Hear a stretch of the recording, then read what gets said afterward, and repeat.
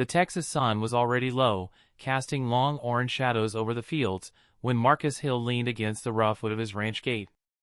His land stretched for miles, every acre soaked with sweat, sacrifice, and history. The Hill family had worked this soil for 3 generations, and to Marcus, it wasn't just property, it was bloodline, legacy, and pride. But something had been gnawing at him for weeks. At first, it was small things. A squeak in the gate hinge. Fresh tire tracks across the dirt road that cut deeper than his own pickups. A wrapper tossed aside, the kind of litter Marcus never left behind. He noticed but said nothing, thinking maybe a delivery truck had taken a wrong turn. Then it happened again. And again. Now, the evidence was too sharp to ignore. His gate latch, one he'd repaired just last month, was bent out of shape, hanging loose like a broken promise. The wood bore dents where something heavy had shoved against it. A trespasser wasn't just passing through, someone was making a habit of breaking into his land. Marcus crouched, running his calloused fingers over the deep tire grooves pressed into the dry Texas clay. They were ranch truck tires, too narrow, too clean. A city car, maybe an SUV. Whoever it was didn't belong here, and they sure didn't care about the damage left behind. He straightened, his jaw tightening. Trespassers weren't just an annoyance out here, they were a threat. Cattle spooked easy. Horses bolted when strangers cut across pastures. And a broken fence or gate could mean a whole herd wandering out onto the highway. That wasn't just dangerous. That was deadly. For Marcus, it was simple. His ranch wasn't just a stretch of open land. It was a promise to his late father, who had worked these same fields under harsher times. It was security for his daughter, who came home on weekends from college. It was proof that a black man in Weatherford, Texas, could build something lasting, no matter how many doubted him. And now someone thought they could treat it like a shortcut. That evening, as cicadas hummed and the sun sank into the hills, Marcus stood watch at the gate. His old Ford idled nearby, its headlights cutting faint beams into the dust. He didn't know who it was yet, but he meant to find out. He didn't have to wait long. Headlights glowed in the distance, bouncing along the county road, then veering straight toward his ranch gate. Marcus's chest tightened as the vehicle approached without slowing. The audacity of it, rolling up to his land as if the road belonged to them. He stepped forward, boots crunching gravel. The car stopped just short of the gate. A sleek white SUV, shiny enough to look out of place in farm country. The tinted window rolled down, and Marcus finally saw the driver. A woman in oversized sunglasses, blonde hair stiff with hairspray, lips pursed in a smug half-smile. She didn't look apologetic. She looked annoyed. "You gonna open this gate or what?" she called, her voice sharp and entitled. Marcus froze, caught between disbelief and anger. "Ma'am, this is private property. You can't just drive through here." The woman scoffed. "Please. This is the fastest way to the subdivision. Everyone knows that. Don't make such a big deal about it." Subdivision. The word dropped like a stone in his gut. She wasn't lost. She wasn't confused. She was cutting through his ranch on purpose. He studied her face as the SUV's engine purred impatiently. Every line of her expression screamed arrogance. The type who thought rules didn't apply to her. The type who saw his land not as legacy, but as convenience. And Marcus knew right then, this wasn't some mistake. This was the start of a fight. The next morning, Marcus didn't head straight to the cattle pens like usual. Instead, he parked himself at the kitchen table, sipping strong black coffee and replaying last night in his mind. The woman's smug voice still echoed, "This is the fastest way to the subdivision." Subdivision. HOA. Karen. He didn't know her name yet, but he already knew the type. Every rancher in Texas did. Folks who moved out to the edges of farm country, built their shiny new houses, then tried to reshape the land like it was part of their neighborhood association. They wanted wide open views, but didn't respect the men and women who kept that land running.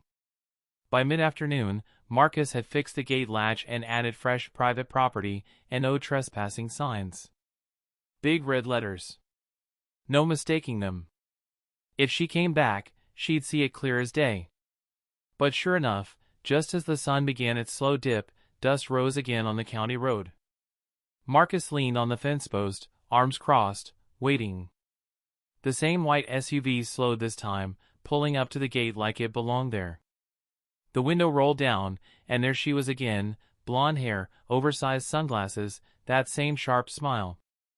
"Oh, it's you again," she said with a dismissive wave, as though Marcus were some hired hand instead of the man who owned the land. "You can save yourself some trouble and just leave this gate open. We're going to be using this road regularly." Marcus stepped forward, his voice calm but firm. "Ma'am, this is my ranch. There ain't no public road here. You and your neighbors got no right driving through." She tilted her head, eyes narrowing behind the shades. "Listen, I'm the HOA president for Willow Creek Estates. That shortcut through your ranch saves us almost 10 minutes getting to the highway. We have kids, we have schedules. It just makes sense." Marcus blinked, almost laughing at the absurdity. "Makes sense for you, maybe. But this land isn't a convenience store parking lot. It's my family's ranch, and you don't have permission." Her lips curled into a mocking grin. "Oh, come on. Don't be difficult. You've got more land than you can possibly use. Why should one little road matter to you?" Marcus's jaw tightened. He thought of his father's words, passed down years ago, "Son, they'll try to take it piece by piece if you let them. Don't ever give an inch you can't afford to lose." "Because it's mine," he said, steady. "And because no means no." For a heartbeat, silence hung between them. Then she gave a sharp laugh, the kind that cut more than it amused. "You really want to make enemies of an entire neighborhood? Fine. We'll see about that." She threw her SUV into reverse, tires spitting gravel as she backed onto the county road. Marcus stood there, fists clenched at his sides, watching her taillights fade. He knew that look in her eyes. It wasn't over. She wasn't the type to back down. She was the type to double down. That night, when he locked up the barn and checked the fences, Marcus felt the unease settle deep in his bones. He'd dealt with trespassers before, but never like this. Never someone who looked him dead in the eye and told him she had the right to his land. And if she was really the HOA president, it wasn't just her he'd be fighting. It would be the whole subdivision, armed with arrogance and entitlement. For the first time in years, Marcus knew his ranch wasn't just under his care. It was under siege. 2 days later, Marcus drove out to check the south pasture when his stomach sank. The gate he'd repaired was wide open again, swinging on its hinges. The heavy chain he'd wrapped tight and padlocked was gone, snapped clean through. Tire tracks tore across the dirt road, deeper this time. Not one set of tracks. Several. He climbed out of his truck and crouched low. The grooves in the clay told a story clear as daylight, SUVs, maybe even sedans, rolling through like his land was some freeway. A trail of fast food bags and an empty soda can glittered in the dust, the kind of trash Marcus would never tolerate on his land. He cursed under his breath. Karen hadn't just ignored him, she'd invited her whole HOA circus along for the ride. That evening, when he stopped at Miller's feed store for supplies, Marcus overheard it confirmed. 2 men from Willow Creek were bragging loud enough for half the store to hear. "Shaves a solid 10 minutes off the drive," one chuckled. Karen was right. "That old boy can't stop us forever." Marcus felt the heat rise in his chest, but he bit down hard and said nothing. He wasn't about to pick a fight in the middle of town. But the message was clear. Karen had turned his warning into a joke. She'd spun the whole subdivision into believing his land was their shortcut, and now they thought numbers gave them the right. The next morning, Marcus added more signs. Big ones. Bold black letters. Private property. Trespassers will be prosecuted. He posted one on the gate, another on the fence, and hammered a third into the ground right where the tire tracks entered his land. If they ignored those, there'd be no question they were doing it on purpose. But the very next evening, when Marcus checked again, the signs were gone. Ripped down. Tossed in the ditch like trash. The gate itself was dented from where another car had rammed through. Karen wasn't just trespassing now. She was mocking him. That night, Marcus sat on his porch with the dogs curled at his feet, staring into the dark fields that had been his sanctuary for so long. He thought about the history, his father mending fences by lantern light, his grandfather planting pecan trees that still stood tall at the property line. Men who had worked too hard, fought too long, to hand over even an inch of soil. And now a woman from some subdivision thought she could roll in and declare it a shortcut. Marcus's phone buzzed. It was Eddie, his neighbor down the road. "You seen what they're saying online?" Eddie asked, his voice gravelly with anger. Marcus frowned. "What you mean?" Eddie sighed. "Karen's been posting in that Willow Creek Facebook group. Talking about how you're being selfish and holding up progress. Says you're just one man standing in the way of the community." Marcus sat back hard in his chair, the glow of his porch light flickering across his face. Selfish. Holding up progress. The gall of it. "I reckon she don't know who she's dealing with," Marcus muttered. Eddie chuckled darkly. "She's about to find out." For the first time, Marcus felt something shift. Words and signs weren't enough anymore. This wasn't about one broken gate, it was about principle. About respect. And if Karen wanted to escalate, then he would meet her on that line. He looked out across the pastures, moonlight silvering the fields. He could almost hear his father's voice, "Don't ever let him think your land is theirs, son. Not for 1 minute." Marcus stood, squared his shoulders, and made a silent promise. No more warnings. No more second chances. If Karen and her HOA wanted to treat his ranch like a shortcut, then it was time to remind them what happens when you trespass on land that doesn't belong to you. And this time, they wouldn't see it coming. 3 nights later, a storm rolled over Weatherford. Rain hammered the tin roof of Marcus's barn, wind howled through the pecan trees, and lightning split the Texas sky wide open. Marcus didn't mind storms. They came and went, and you learned to ride them out. But what he found the next morning left a storm raging inside him far worse than anything in the clouds. His gate, his brand new, reinforced gate, was shattered. Not just dented this time. Shattered. Splintered with lace scattered in the mud, the heavy chain twisted like a child's toy. Tire ruts scarred the earth, deep grooves filled with rainwater, leading right through his land and out the other side. Marcus stood in the wreckage, fists clenched, boots sinking in the muck. It wasn't just trespass now, it was vandalism. Intentional. Malicious. He bent down, picking up a chunk of the broken gate, and his jaw locked. This wasn't a fight about convenience anymore. It was a message. Karen had declared war. That afternoon, Marcus drove into town to file a police report. Deputy Lawson, a stocky man who'd known Marcus since high school, scratched his head as Marcus laid out the photos on the counter. "Damn shame," Lawson muttered. "But you know how it is. Property disputes like this, it gets messy. If you didn't catch her in the act, it's her word against yours." Marcus's voice was low, steady. "You think a busted gate busts itself? You think tire tracks lie?" Lawson sighed. "I believe you, Marcus. But Karen Cranford's got friends on the council. Folks in town don't like crossing her. You know how she is." Marcus leaned in, eyes hard as steel. "Then it's on me. If the law won't draw the line, I will." He walked out of that office with his mind made up. The system wouldn't stop her. Talking wouldn't stop her. Warnings sure as hell wouldn't stop her. That evening, as the sun sank low, Marcus stood where his gate used to be. The wind carried the scent of wet earth, the fields still soft from the storm. His land looked tired, beaten down by her arrogance, but it was still his. Every acre, every fence post, every tree. And he wasn't about to let anyone, least of all some HOA queen, take it piece by piece. He spent hours pacing, thinking, planning. He wasn't reckless, he knew whatever he did had to be legal. The last thing he needed was Karen twisting the law against him. But he also knew he had the right to protect what was his. Finally, as dusk deepened into night, the plan came clear.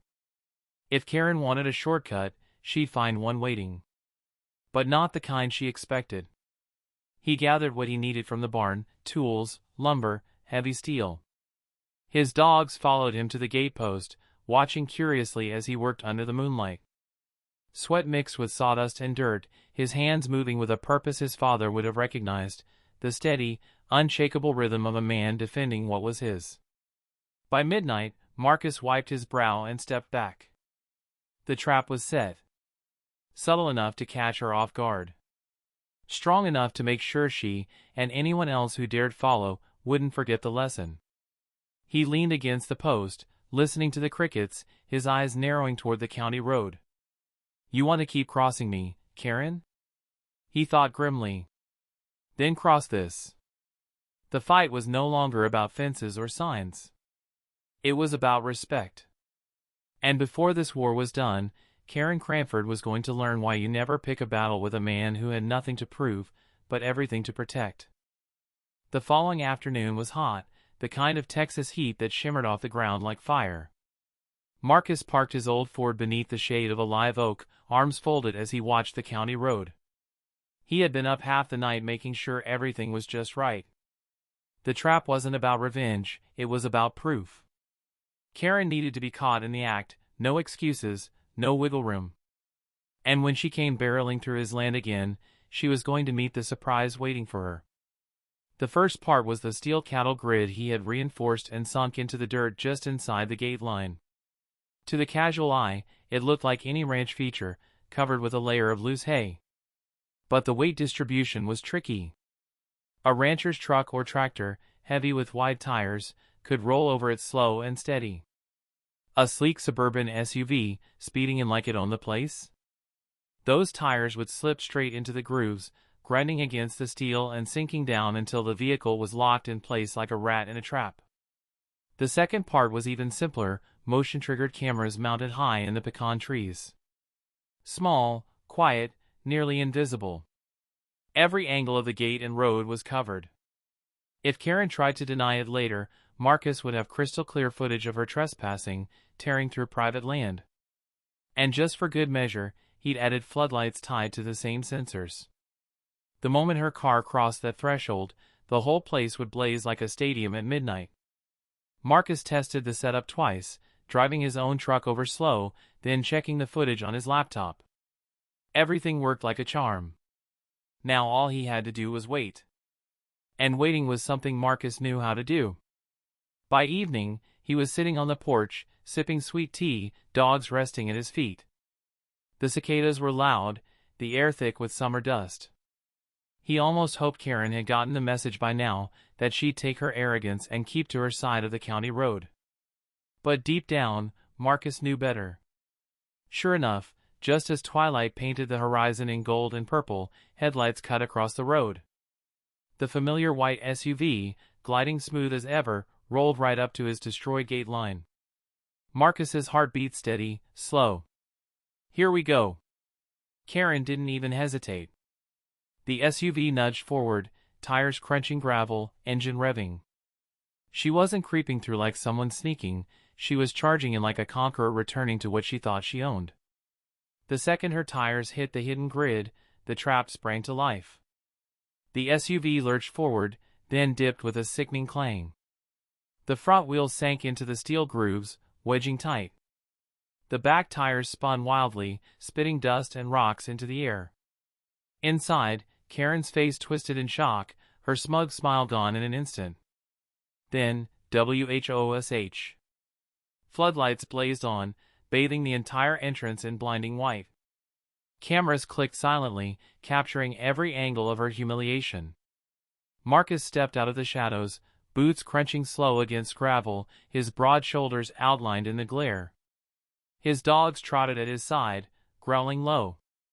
Karen rolled her window down, her voice shrill with outrage. What is this? You can't do this to me. My car is stuck. Marcus's expression didn't flicker. I warned you. Again and again. This is my land, and you don't belong here. Now the whole world's gonna see it. He held up the small monitor linked to the cameras. On the screen, crystal clear footage replayed, Karen plowing through his gate, her SUV sinking into the trap, her face caught in perfect detail. Karen's voice cracked between fury and panic.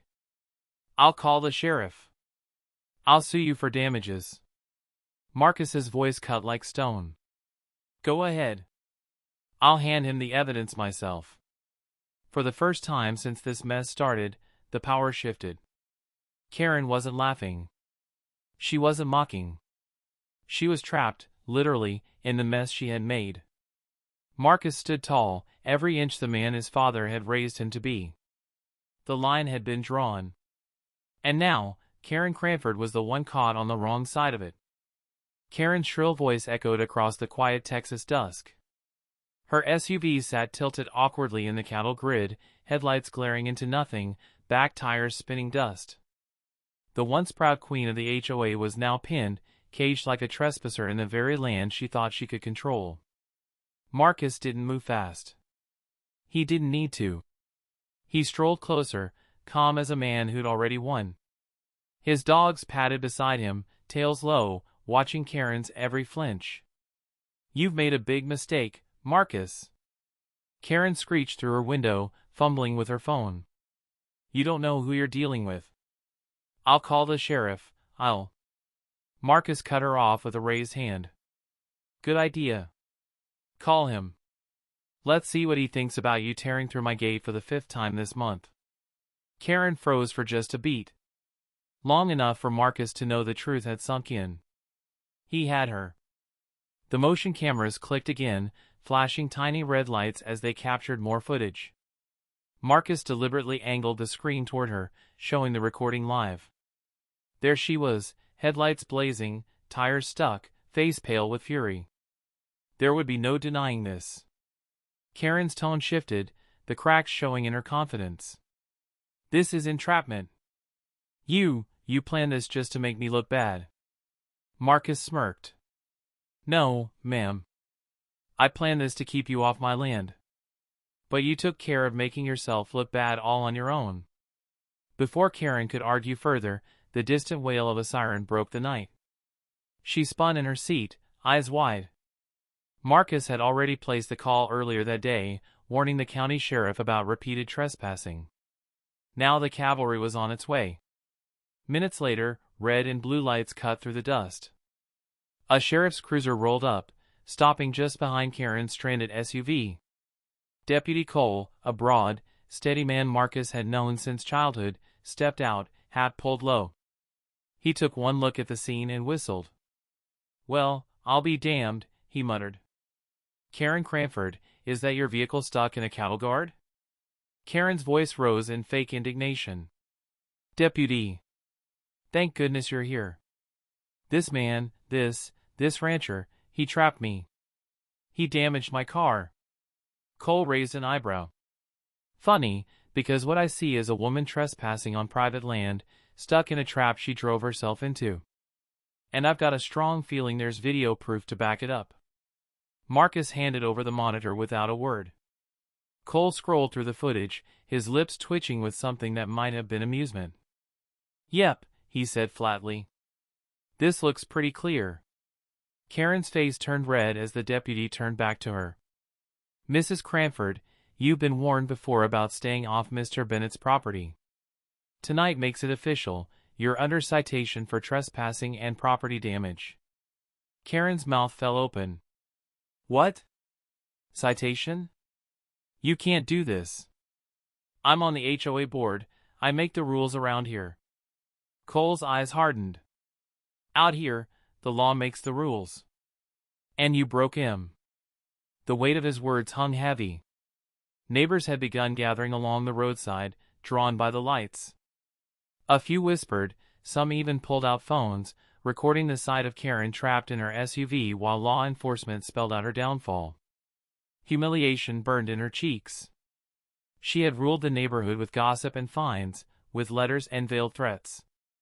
But tonight, her power crumbled in front of the very people she tried to intimidate. Marcus leaned against his fence, arms crossed, calm satisfaction in his stance. For the first time, Karen wasn't the one dictating the story. Deputy Cole issued the citation, then called a tow truck. Karen sat in her SUV, shoulders rigid, every inch of her screaming defeat. As the tow pulled her shiny white vehicle free, sparks flew where the undercarriage scraped against steel. The SUV wasn't just stuck, it was scarred. Just like her reputation. Karen shot Marcus a look full of venom, but she said nothing. She couldn't. The cameras, the sheriff, the neighbors, everyone had seen the truth. Marcus tipped his hat, his voice steady as the Texas night. "Ma'am, next time you think about coming through my gate, remember how this ended." Karen's jaw tightened. She turned away, gripping her steering wheel so hard her knuckles went white. But she couldn't erase what had happened. The HOA queen had fallen. And Marcus Bennett was the man who made it happen. By morning, word had spread faster than prairie fire in a dry wind. The sight of Karen's SUV stuck in Marcus's cattle grid, floodlights blazing, sheriff on the scene, it was all over the neighborhood within hours. Half the county seemed to have seen the footage, either on Marcus's cameras, a deputy's report, or the shaky phone videos neighbors had uploaded online. At the diner in town, folks chuckled over coffee. "You hear about Karen Cranford?" one rancher said, slapping the counter. "Got herself trapped like a hog in a pen." The waitress smirked. "'Bout time someone put her in her place." Karen had built her reputation on intimidation. Letters in the mailbox, fines for grass too long or fences too tall, whispers that could ruin a family's peace. But now, the same people she bossed around were laughing behind their menus, swapping the story with relish. Back in the subdivision, HOA board members were panicking. Karen had been their loudest voice, their self-appointed enforcer. Now, her credibility was shredded. Parents whispered at the school drop-off line. Joggers slowed their pace when passing her house, smirking. Even her closest allies in the HOA group chat had gone silent. Inside her home, Karen seethed. Curtains drawn tight, phone buzzing non-stop with concerned messages. But she knew the truth, they weren't concerned. They were entertained. And worse, they were turning on her. At the next HOA meeting, the cracks split wide open. The community center was packed, more residents than usual. Karen arrived late, chin high, pretending nothing had happened. She sat at the head of the table, but her authority had evaporated. The first resident to speak, a father who had once been fined for leaving his boat trailer in his driveway, cleared his throat. "I think we need to talk about leadership on this board. It's embarrassing to have someone representing us who's out there trespassing and getting citations from the sheriff." Murmurs rippled through the crowd. Karen's face flushed crimson. "That was a private matter. It has nothing to do with this community." But the residents weren't buying it. Another neighbor, an elderly woman, raised her hand. "Private matter? Honey, half the county saw the video. You embarrassed this whole neighborhood." The board shifted uncomfortably.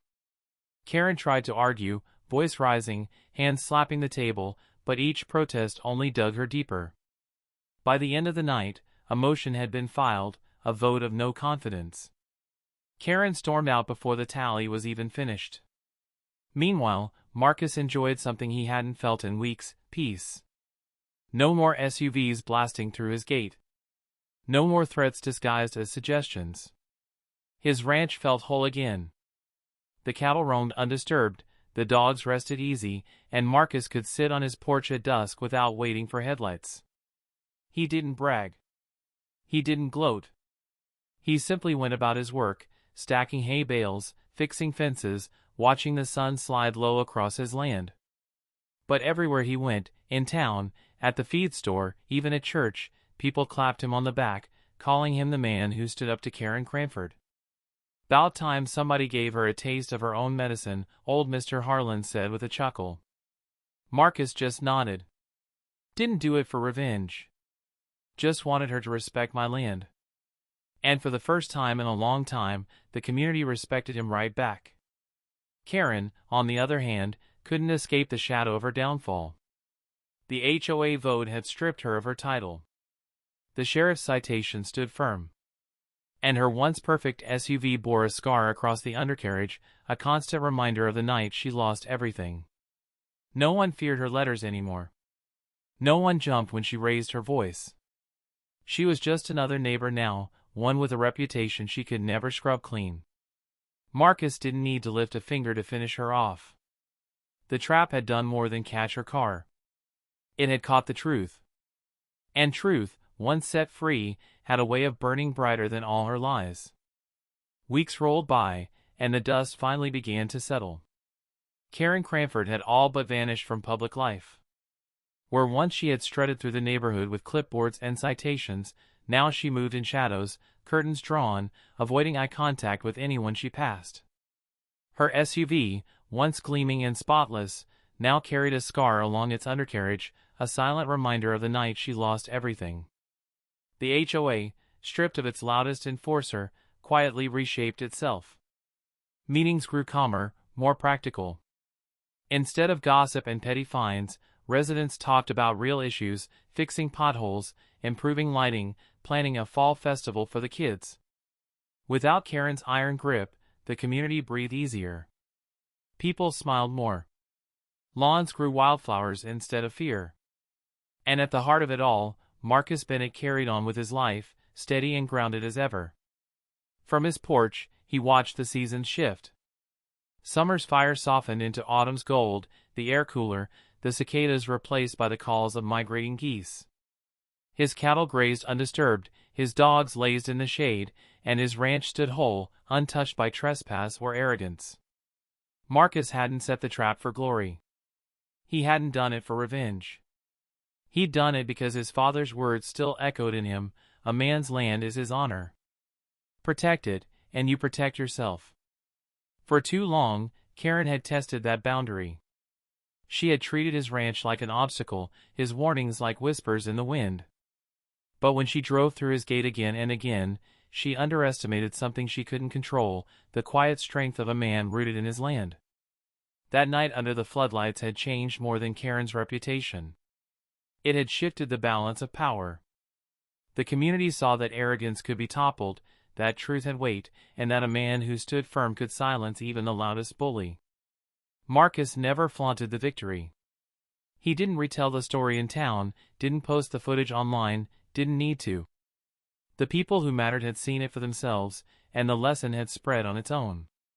When neighbors waved at him now, their smiles carried respect. When kids pedaled their bikes past his ranch, they slowed to watch the dogs, unafraid. And when the new HOA president, a young mother named Teresa, stopped by to apologize on behalf of the board, Marcus simply tipped his hat. "No need," he said. "Just keep your folks on their side of the fence, and we'll be fine." She nodded, relief softening her face. Life was simple again. And Marcus liked it that way. One evening, as the sun bled orange across the horizon, Marcus sat on his porch with a glass of tea. His neighbor, old Mr. Harlan, wandered up the drive, leaning heavy on his cane. "You know," Harlan said, settling into a chair, "folks'll be telling that story for years. The night you caught the HOA queen in your cattle grid." Marcus chuckled low. "Ain't much of a story. Just a woman learning she ain't above the law." Harlan grinned. "That's exactly why it's a story. Reminds people that respect still matters." The two men sat in silence after that, watching the sky darken, the stars blink awake one by one. Marcus felt the weight of peace settle deep in his chest. Karen Cranford had tried to tear through his boundaries, to trample over his land and his dignity. But she hadn't expected the trap, not just the steel grid and the floodlights, but the truth it revealed. And in the end, that truth had done what Marcus intended all along. It had restored respect. It had restored balance. And it had reminded everyone, some lessons can only be learned the hard way.